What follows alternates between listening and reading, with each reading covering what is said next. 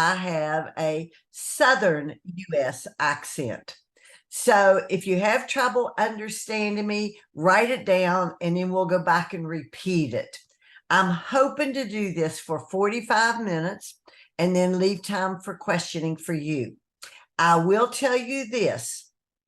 I love doing this. So I love to talk and I love to emphasize. I'm so passionate about universal design for learning. And what I want to do is share with you how we got there and what this is all about. So I'm going to start with sharing my screen with you. We're going to go here. And so this is called Universal Design for Learning. And it's technique for inclusive and engaging lessons. We are educators. We want success for each child. You notice I don't even say every child because then that kind of groups them. We've got to start thinking about each child. You know all of this, so we're not going to mess around with this. I did want you to see one of my pictures. That always kind of shocks people when they see that, because that is, I was in Russia at a New Year's thing.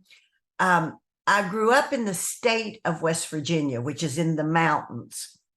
And one of the things that happened in that state, as I was teaching, children were taught to be so afraid of snakes. So I started bringing in people that were professionals with snakes. And I could not act like I was afraid of the snake in front of the children. So I got to the point where, first of all, I had to know what kind of snake it was, but then I would pick them up and show the children, yes, they're animals, you can hold them.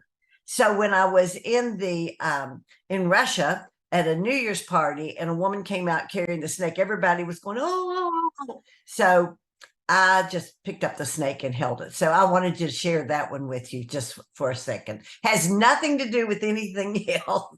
Okay. So in the United States, how did we get to this thing called universal design for learning? And I will tell you that what has happened with me and most people in the United States is special education and teaching all children made a difference of how we could move to this. Because I'm going to say this right up front. Once we started learning that children had different brains and different ways of learning, and special ed brought that to us, then we also realized all children had that. So that was our path. I'm going to take you on my path, okay? About inclusion.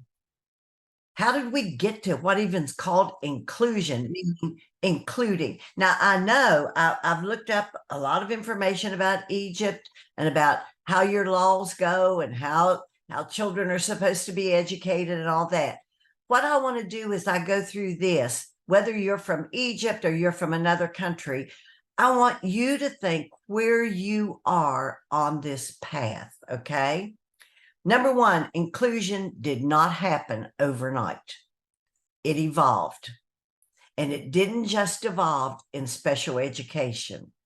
It evolved in the United States because of legal issues, because of parents and students, and because of educators. I was there. You can look at me and see I'm not some young thing. I was there. I was involved.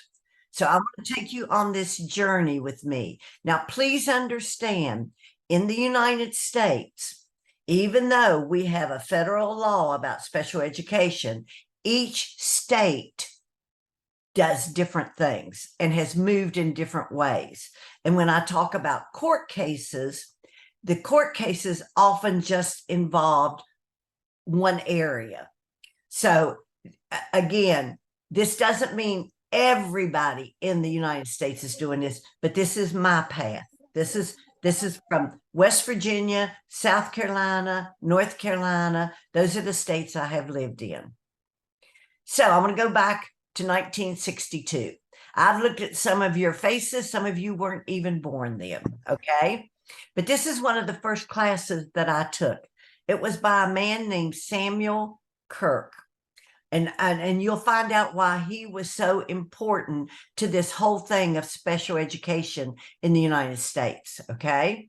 And it was called Educating Exceptional Children. I still have the book. But look at this.